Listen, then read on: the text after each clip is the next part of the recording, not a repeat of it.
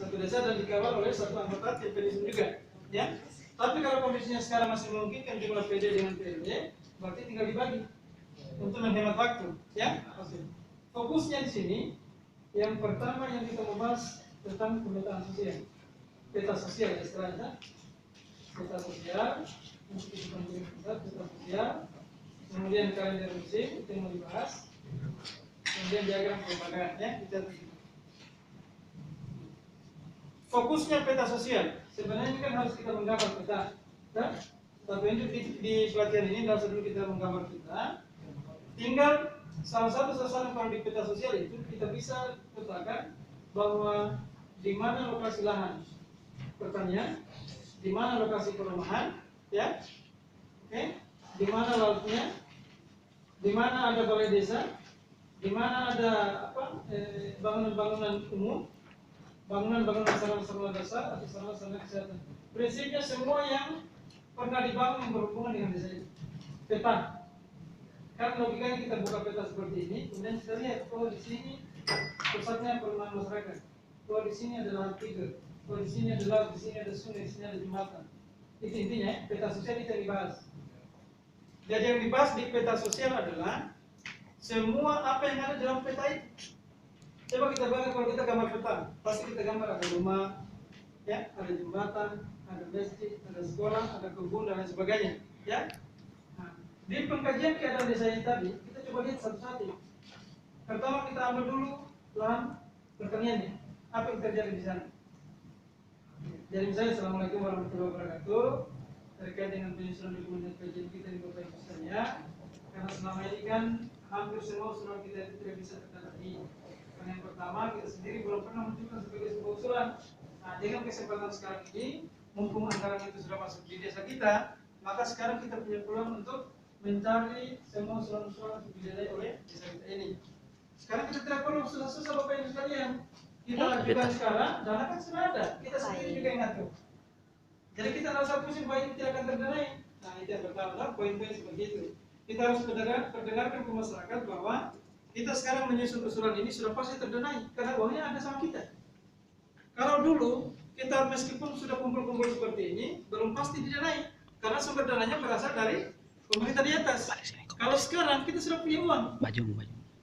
Sekarang kita sudah punya uang sendiri untuk mendanai semua usulan-usulan yang disuruhkan oleh masyarakat. Itu poin pertama, ya. Poin kedua, sekarang kita melihat ini kalau di kampung kita ini Bu, kenapa rata-rata kita lihat banyak yang bertani? Berapa orang yang bertani di sini Bu? Untuk Bapak Ibu sekalian, berapa orang yang bertani di sini? Khususnya dusun ini, maksudnya jangan melihat lagi dusun lain. Selalu begitu, ya. Jadi yang kita mau tanya mata pencariannya dulu orang kita tahu. Berapa yang petani, berapa yang nelayan, kemudian mulai lagi identifikasi bangunan-bangunan. Di sini ada masjid Bu. Kalau misalnya dibilang ada tapi di dusun 2, jangan berarti tidak ada di dusun 1.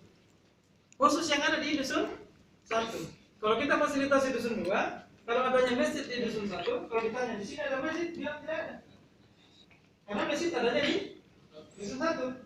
Sementara kita mau identifikasi ini kan lokal dusun. Lokal dusun, itu prinsipnya.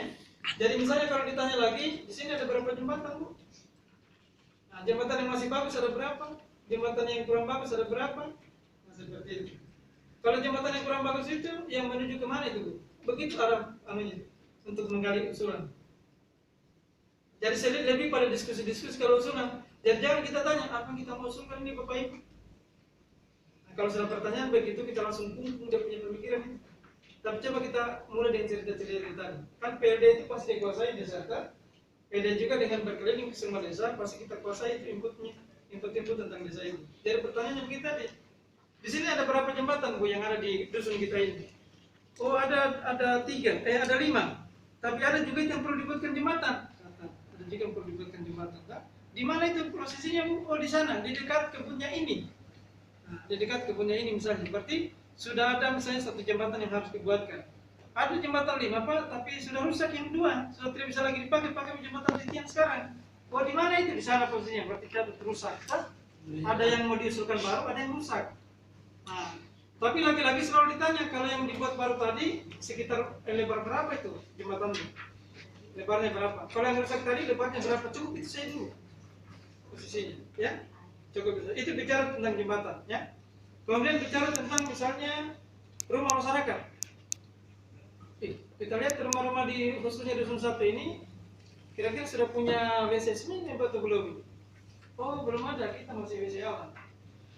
Saya masih buang air di ini kan, begitu tante. Itu bisa juga kita kaji dari segi kesehatannya ini, ya. Nah, jadi ujung-ujungnya nanti ke depan, setelah diskusi-diskusi kecil kayak tadi, munculnya kita bisa munculkan. Oh, berarti kita ini perlu ada, kita usulkan yang namanya pengadaan MCK umum atau MCK masing-masing warga, kan seperti itu modelnya. Nah, kemudian kayak jembatan tadi, oh berarti kita perlu usulkan pembuatan jembatan deker plat misalnya. Di dusun 2 ini ada 2, yaitu di posisi dekat kebunnya si A, dekat kebunnya si B, seperti itu ya. Itu sudah bentuk usulan media. Tapi usulan-usulan tadi nanti teman-teman tim penyusun ramu. Yang penting penggaliannya di PKD ini adalah pengkajian untuk menelusuri persoalan-persoalan yang muncul.